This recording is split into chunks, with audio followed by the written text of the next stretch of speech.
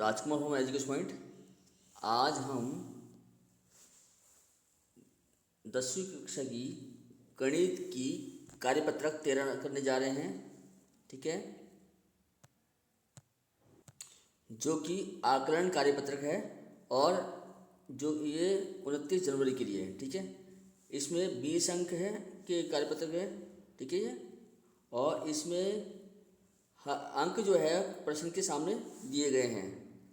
पहला क्वेश्चन देखिए क्या है। पहला इसमें दिया है स्थिति आधारित प्रश्न। लिखा हुआ है कि जरीना ने पार्टी के लिए एक व्यंजन बनाया। उसने पार्टी में अपनी कुछ सहेलियों को आमंत्रित किया। उसने व्यंजन को एक 30 सेंटीमीटर व्यास के अर्धगोलाकार कटोरी में रखा। जरीना ने अपनी सहेली को 4 सेंटीमीटर ऊंचाई और व्यास 15 सेंटीमीटर वाले बेलनाकार कटोरियों में व्यंजन परोसा। सारा व्यंजन जरीना और उसकी सहेलियों में बराबर बट गया, कुछ भी शेष नहीं बचा। ठीक है, अब इसके आधार पर प्रश्न दिए गए हैं, चलिए करते हैं। देखिए यहाँ दिया हुआ है क्या कि जो कटोरा, जो अर्धगोला कटोरा है, उसका व्यास 30 सेंटीमीटर है। इसका मतलब इसकी त्रिज्या जो होगी वो कितनी होगी, वो होगी इसकी हाफ, यानी कि 15 सेंटीमीटर। ठीक है, और जो बेलनाकार जो कटोरी है उसकी ऊंचाई देखिए कितनी, 4 सेंटीमीटर, और व्यास देखा है 15 सेंटीमीटर। इसका मतलब इसकी त्रिज्या होगी 15/2। ठीक है, चलिए अब आगे करते हैं। इसके बेस पे क्वेश्चन देखते हैं। क्वेश्चन दिया हुआ है, पहला क्वेश्चन है अर्धगोले कटोरी में रखे व्यंजन से कितनी बेलनाकार कटोरियाँ भर गई। तो देखिए मान लेते हैं इसकी जो रेडियस है वो है कैपिटल आर, ये कैपिटल आर मान लेते हैं, और यहाँ इसको मान लेते हैं हम स्मॉल आर। ठीक है, तो अब क्या करेंगे, अब हमें निकालना है अर्धगोलाकार कटोरे में रखे व्यंजन से कितनी बेलनाकार कटोरियाँ भर गई हैं। चलिए करते हैं इसे। तो हो क्या, कटोरी की संख्या जो है होगी वो क्या होगी, इसके लिए हमें क्या करना पड़ेगा, जो अर्धगोलाकार कटोरी है उसके आयतन को, उसके आयतन को हमें बेलनाकार कटोरी के आयतन से डिवाइड करना पड़ेगा। ठीक है,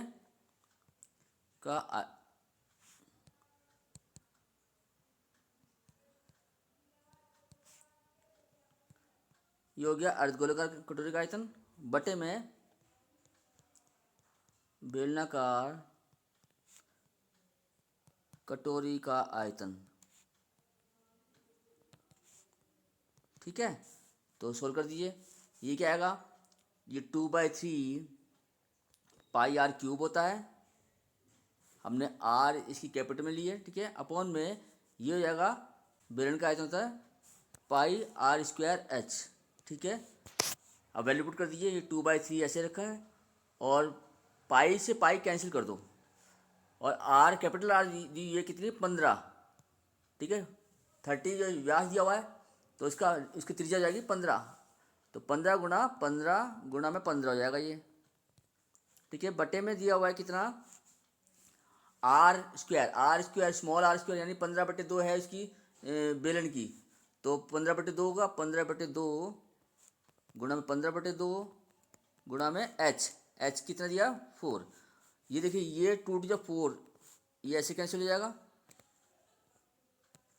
ठीक है, और यहाँ से 3 5 जा, और ये 15 से कैंसिल हो गया, ये 15 से कैंसिल हो गया। ठीक है, तो बचा कितना, 10। तो 10 कटोरियाँ जो हैं बन जाएगी, भर जाएगी उससे। ठीक है, अगले क्वेश्चन में बोला है क्या, ये लिखा है अर्धगोलाकार कटोरे से बेलनाकार कटोरियों का वक्र क्षेत्रफल ज्ञात कीजिए। एक्चुअली ये गलत क्वेश्चन लिखा हुआ है, इसमें होना चाहिए अर्धगोलाकार कटोरे तथा बेलनाकार कटोरियों के वक्र क्षेत्रफल का अनुपात, क्षेत्रफलों का अनुपात, यहाँ पे अनुपात लिखना है यहाँ पे। ठीक है, तो ये अनुपात हमें ज्ञात करना है इन दोनों के वक्रपट क्षेत्रफलों का। चलिए करते हैं क्वेश्चन नंबर 2। ठीक है, हमें निकालना है दोनों का अनुपात, तो यहाँ लिखेंगे अर्धगोले अर्धगोले का अनुपात, अर्धगोले का सॉरी वक्र पृष्ठीय क्षेत्रफल बटे में बेलन का क्षेत्रफल, बेलन का वक्र क्षेत्रफल, वक्र पृष्ठीय क्षेत्रफल। ओके ठीक है, तो यहाँ होगा ये 2 पाई कैपिटल आर स्क्वायर और इसका होता है 2 पाई आर एच। ओके सोल्व कर दिए। देखिए क्या आएगा, पाई से पाई कैंसिल और 2 से 2 कैंसिल, ये आर जो है 15 इंटू 15 हो जाएगा और नीचे दिया हुआ है ये स्मॉल आर है तो ये 15/2 इंटू में एच दिया है कितना 4। ठीक है, ये इससे कैंसिल हो जाएगा, 4 कैंसिल कर देगा 2 पे, और ये 15 एक इससे कैंसिल हो जाएगा, तो यानी क्या है 15:2 रेशो बनेगा। ठीक है, ये सेकंड क्वेश्चन हो गया। आगे बढ़ते हैं क्वेश्चन नंबर 3। यदि बेलनाकार कटोरियों का आयतन समान हो और उनका व्यास 20 सेंटीमीटर कर दिया जाए तो कटोरियों को कितनी ऊंचाई तक भरा जा सकता है। ठीक है, चलिए करते इसको। ये देखिए दोनों कंडीशन में आयतन समान है। ठीक है, तो अब जो नया जो आयतन है वो पुराने आयतन के बराबर है, तो लिखेंगे बेलन का नया आयतन, ये बेलनाकार कटोरा है एक्चुअली। ठीक है, बेलनाकार कटोरी का नया आयतन बराबर है बेलन के पुराने आयतन के बराबर। ठीक है, पुराना आयतन। तो देखिए आयतन तो पाई आर स्क्वायर एच होता है, तो हम मान लेते हैं जो पुरानी रेडियस है वो HR1 है और हाइट H1, और जो नई रेडियस है वो R2 और हाइट H2। तो इसका मतलब ये हो जाएगा फॉर्मूला पाई R2 का स्क्वायर H2 इक्वल टू होगा ये पाई R1 का स्क्वायर H1। ठीक है, यहाँ पाई से पाई कैंसिल। ओके, R2 कितना होगा, क्योंकि डायमीटर 20 बोला है, व्यास 20 बोला, तो इसका हाफ हो गया, त्रिज्या कितनी 10, तो 10 2 बार आएगा, 10 गुना 10 क्योंकि स्क्वायर दिया हुआ है, इंटू में H2 में फाइंड करना है, और यहाँ R1 कितना है 15/2। ओके 15/2, रेडियस पहले की सेम ही है, और H1 हमें 4 दिया हुआ है, तो ये इससे कैंसिल हो गया। ओके, तो यानी कि H2 क्या आया, कितना आया, ये 225 हो गया, बट्टे में 10 गुना 10 है 100 हो गया, यानी कि 2.25 कितना सेंटीमीटर, ये इसका H2 जो है हो जाएगी, क्योंकि H2 यानी कि इतने ऊंचाई तक वो भरेगा। ओके ठीक है, चलिए आगे बढ़ते हैं। अब हम करेंगे 3 अंक वाले प्रश्न। क्वेश्चन नंबर 4 दिया हुआ है, गणतंत्र दिवस के अवसर पर एक 10 मीटर ऊंचे विद्यालय के भवन के शीर्ष पर तिरंगा फहराया गया। ये भवन जो है ये 10 मीटर है। ओके, तिरंगे के ध्वजदंड की लंबाई 7.32 मीटर है, ये दिया हुआ है। ओके, ये भूमि पर किसी बिंदु से विद्यालय के शीर्ष का उन्नयन कोण 30 डिग्री दिया है, ये दिया हुआ 30 डिग्री, और भूमि के उसी बिंदु से तिरंगे के शीर्ष का उन्नयन कोण ज्ञात करना है। हमें मान लेते हैं ये थीटा है। ओके, ये ज्ञात करना है। तो सबसे पहले हम मान लेते हैं कि ये तिरंगा जो है ध्वजदंड जो है वो है AB है, ये हमारा तिरंगा AB है। ठीक है, और BC हम मान लेते हैं बिल्डिंग है, भवन है।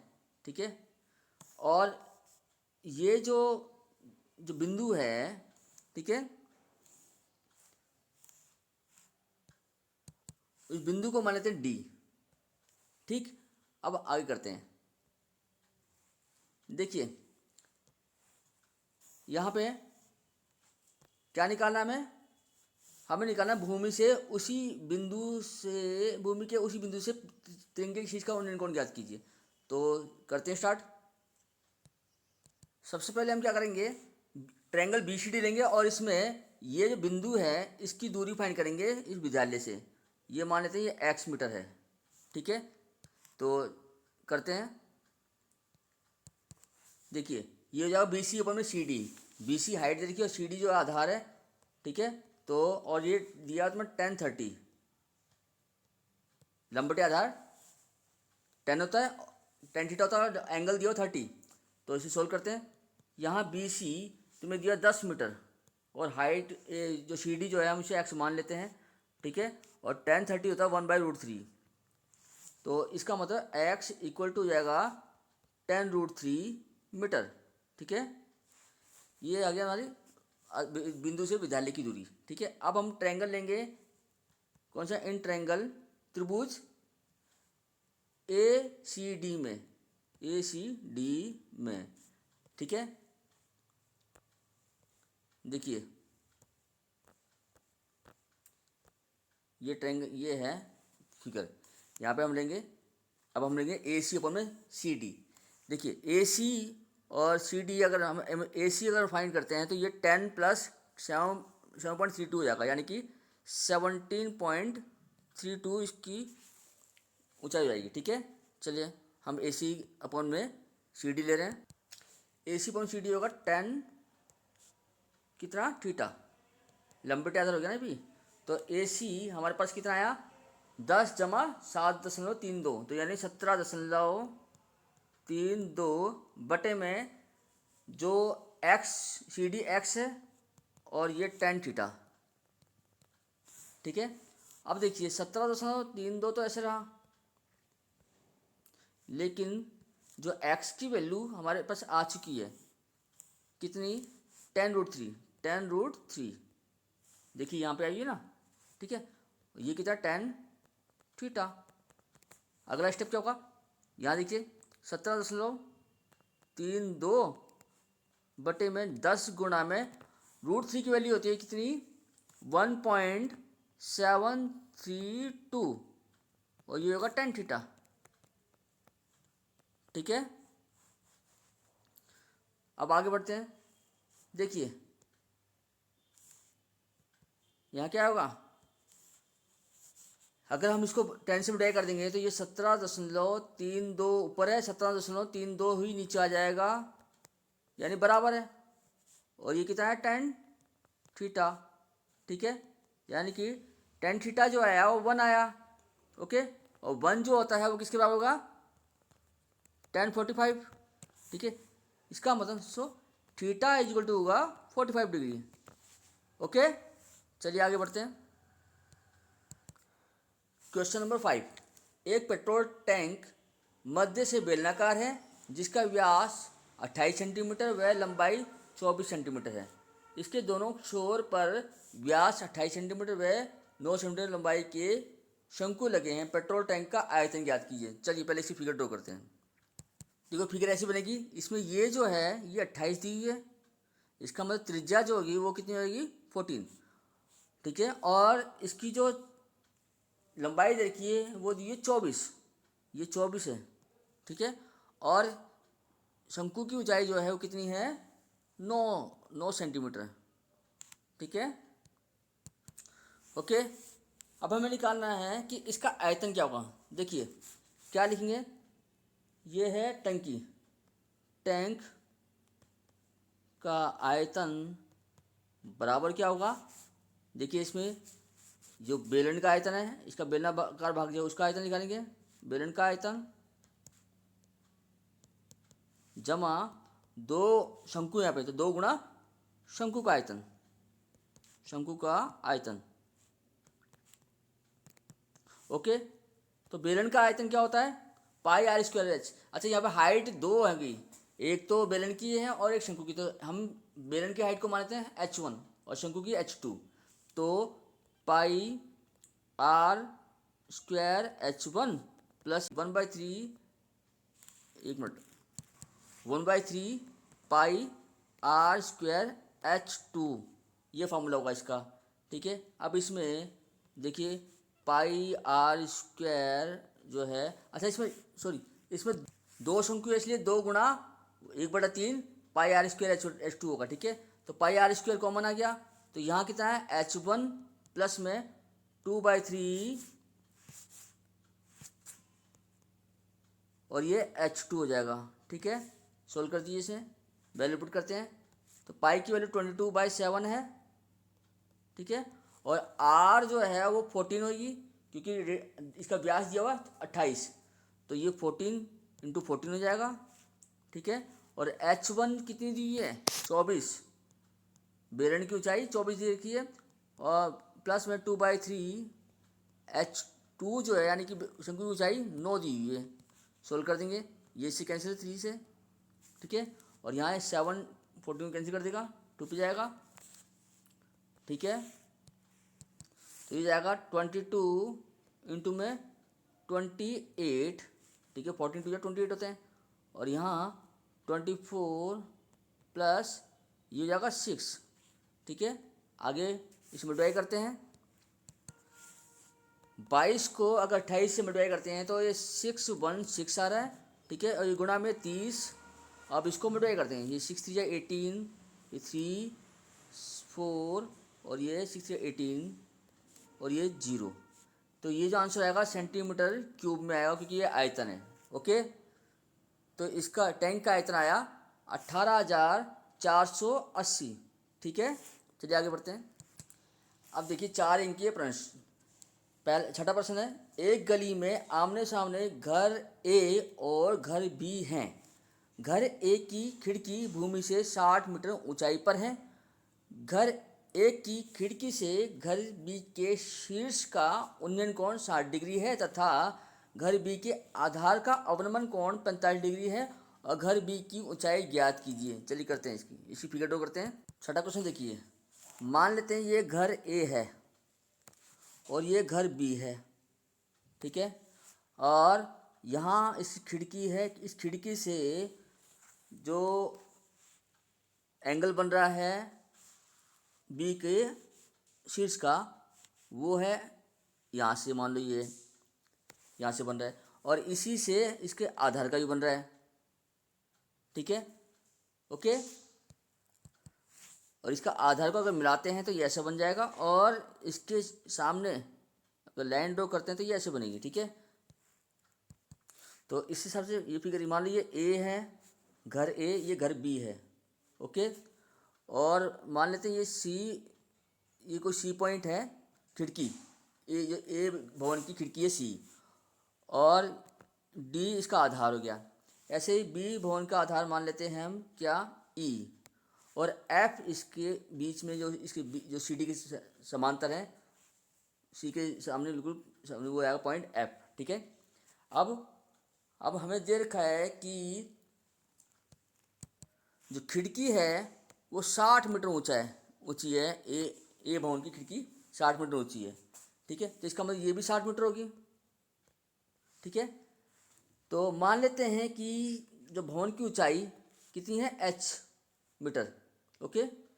तो ये कितना बचा, तो बी एफ होगा कितना, h माइनस 60, ठीक है। चलिए अब यहाँ पे जो एंगल दे रखा है, जो खिड़की से शीर्ष का बी के शीर्ष का एंगल दे रखा है 60 डिग्री, और खिड़की से इसके आधार का अवनमन कोण दिया कितने, 30 डिग्री, सॉरी 45 डिग्री, 45 डिग्री दी है, 45 डिग्री, ठीक है। तो इसका मतलब ये भी 45 होगा। चलिए अब करते हैं इसको। तो यह माना भवन बी की ऊंचाई हमने मान ली है कितनी, h मीटर, ठीक है। तो अब हम देखेंगे, सबसे पहले हम क्या करेंगे, ये हमें ये फाइंड होनी चाहिए कि ये भवन ए और बी के बीच की दूरी कितनी है। ये मान लेते हैं हम कितनी है, ये x है, ठीक है। तो करते हैं, तो ये सी डी इन, हम ट्रायंगल लेंगे C D E, triangle C D E में, ओके। तो ये सी डी अपॉन में क्या हो जाएगा, ई डी, ये होगा 10 कितना 45, ओके। तो ये सी डी कितना है, सी डी 60 है, ठीक है। अपॉन में ये एक्स हो गया, और ये कितना है 1045 होता है 1, ओके। तो चलिए आगे बढ़ते हैं, क्रॉस मल्टीप्लाई करते हैं तो एक्स इक्वल टू क्या होगा 60 मीटर, तो ये एक्स की वैल्यू 60 आ गई है। ठीक है, अब हमें क्या करना है, अब ट्रायंगल लेना है, कौन सा वाला ट्रायंगल लेना हमें, बी सी एफ। ठीक है, जो राइट ट्रायंगल है, समकोण त्रिभुज बी सी एफ में। ठीक है, यहाँ पे देखेंगे बी एफ अपॉन में क्या आएगा, सी एफ। ये भी लंबटे आधार हो गया, तो 10, ये 60 एंगल दे रखा है। ठीक है, आगे सोल्व करेंगे तो बी एफ जो है वो कितना है, एच माइनस 60। तो ये एच माइनस 60 अपॉन में ये सी एफ भी एक्स से बराबर ही हुआ, और ये 1060 √3 होता है। तो एच माइनस 60 ऐसे रहा, और ये हो जाएगा x√3। ठीक है, और आपको पता है कि एक्स की वैल्यू जो हमारी कितनी आई है, 60 आई है। तो ये कितना हो जाएगा, ये जाएगा h = 60√3। ठीक है, माइनस में ये 60 जो माइनस का है वो आया के प्लस हो जाएगा। तो यानी क्या आया, 60 इंटू में √3 प्लस में 1। आप चाहो तो इसकी वैल्यू रख सकते हो, वरना आंसर यही है। तो √3 की वैल्यू तो 1.73 प्लस में 1 हो जाएगा ये, यानी 60 इंटू में 2.73 होगा। और इसको जब मल्टीप्लाई करेंगे तो आपको आएगा 163.80, ये मीटर में आंसर आ गया। ठीक है, चलिए क्वेश्चन नंबर 6 हो गया, यानी कि भवन बी की ऊंचाई जो है वो है 163.80 मीटर। अब देखिए प्रश्न नंबर 7। 3 घन जिनमें प्रत्येक का आयतन 64 घन सेंटीमीटर है को आकृति अनुसार जोड़ा गया, आकृति का कुल पृष्ठीय क्षेत्रफल ज्ञात कीजिए। ठीक है, देखिए सबसे पहले हमें मालूम होना चाहिए कि ये जो घन है इसकी भुजा कितनी है, भुजा की लंबाई कितनी है। तो करते हैं इसे, ये दिया प्रत्येक घन का आयतन दिया 64 सेंटीमीटर क्यूब। घन का आयतन होता है ए क्यूब, और ये 64 है, तो 64 को हम लिखते हैं 4 का क्यूब। ठीक है, तो इसका मतलब यानी साइड जो आ गई वो कितनी आ गई, 4 आ गई, 4 सेंटीमीटर साइड आ गई। ठीक है, अब देखिए फिगर जो है, आप फिगर में देखिए, फिगर में देख सकते हो ये 4 है, इसकी भुजा 4 है। तो इसका मतलब ये जोड़ने के बाद जो बन गई है यहाँ से लेके यहाँ तक 4 + 4, यानी कि पूरा कितना हो गया, 8 हो गया। ठीक है, और लेकिन इसका यानी घनाभ बन गया, ये वाला घनाभ बन गया, ये 4 है। ठीक है, और ये ऊंचाई इसकी जो लंबाई यानी ऊंचाई आ गई 8, और चौड़ाई 4 है। ठीक है, और लंबाई भी 4 ही है, यानी कि ऊंचाई 8 हो गए, ये घनाभ बन गया है। जबकि एक जो बचा वो कितना, वो क्या बचा, 4 4 और ये 4, यानी एक घन रह गया। यानी कि यहाँ पे दो आकृति बन जाती है, एक घनाभ और एक घन। ठीक है, अब हमें क्या करना है, इसका कुल पृष्ठीय क्षेत्रफल निकालना है। चलिए निकालते हैं। देखिए आकृति के हिसाब से जो घनाभ बना है उसकी ऊंचाई कितनी, 4 + 4, यानी कि कितना हुआ, 8। ये h आ गया हमारे पास। ठीक है, लेकिन अगर इसकी लंबाई करते हैं, लंबाई सेम 4 सेंटीमीटर ही है। ठीक है, और चौड़ाई भी कितनी है, 4 सेंटीमीटर है, यानी लेंथ ब्रेथ और हाइट अलग अलग हो चुकी है, ये घनाभ बन गया है। और अब आगे कर लेते हैं, क्या निकालना है, आकृति का कुल पृष्ठीय क्षेत्रफल, कुल क्षेत्रफल कुल पृष्ठीय क्षेत्रफल निकालने के लिए देखिए क्या करेंगे, ये घनाभ का तो कुल पृष्ठीय क्षेत्रफल निकल जाएगा। ठीक है, और घन का भी कुल पृष्ठीय क्षेत्रफल निकालेंगे, लेकिन दोनों में ये जो है ना, ये दोनों में देखिए ये हिस्सा जो है कॉमन है, तो इस यानी कि एक फलक का क्षेत्रफल माइनस करेंगे। चलिए करते हैं, देखिए ये बनेगा आकृति का कुल पृष्ठीय क्षेत्रफल बराबर है घनाभ का टी एस से, यानी कुल पृष्ठीय क्षेत्रफल, प्लस घन का टी एस से, यानी घन का कुल पृष्ठीय क्षेत्रफल, घटा करेंगे घन के एक फलक का क्षेत्रफल जो कि घनाभ और घन के साथ दोनों मिले हुए हैं। तो एक फलक यानी कि वर्ग छुप जाता है, तो उस वर्ग का क्षेत्रफल घटा देंगे। ठीक है, तो क्या होगा, आपको पता ही है कि घनाभ का कुल पृष्ठीय क्षेत्रफल 2 LB BH + HL, प्लस घन का पृष्ठीय क्षेत्रफल क्या होगा, कुल पृष्ठीय क्षेत्रफल वो होगा 6a² माइनस घन का एक फलक का क्षेत्रफल यानी कि वर्ग का क्षेत्रफल ये होगा a²। ठीक है, तो ये 2 इंटू में LB, लेंथ कितनी दे रखी है इसकी, हमारे पास लेंथ तो 4 है, ब्रेथ भी 4 है, प्लस फिर ब्रेथ और हाइट यानी कि ऊंचाई कितनी आई, 8 आई है। ठीक है, फिर ये 8 गुणा में लंबाई। ठीक है, जमा देखिए 6a² माइनस a², हम इसको ऐसे कर सकते हैं, 6a² में से एक a² माइनस कर देंगे तो क्या आएगा 5a² प्लस 5a²। अब वैल्यू पुट कर दीजिए, ये क्या आएगा 2, यहाँ 4 4 16 प्लस 4 8 32 प्लस में 8 4 32, ये प्लस में 5 इंटू में a 4 है तो 4 इंटू 4 हो जाएगा। ठीक है, ये कितना होगा 2 32 कितना होता है 64 इंटू में 16 80, ये 80 हो गया इंटू ए प्लस में कितना है, ये कितना होगा 5 4 20 20 4 भी 80 होता है। ओके, ये कितना हो गया, ये 160 प्लस में 80 यानी कि 240 सेंटीमीटर स्क्वायर। तो इस प्रकार इसका आंसर जो है 240 सेंटीमीटर स्क्वायर। इस प्रकार हमने पूरी कर ली है। आशा करता हूँ कि आपको ये असेसमेंट वर्कशीट यानी कि आकलन कार्यपत्रक समझ में आ गया होगा। और आपको वीडियो हमारी कैसी लगी, अगर वीडियो आप में कोई कमी रहेगी तो इसलिए कमेंट जरूर करना, और अच्छी लगी तो औरों से भी शेयर जरूर करना। धन्यवाद।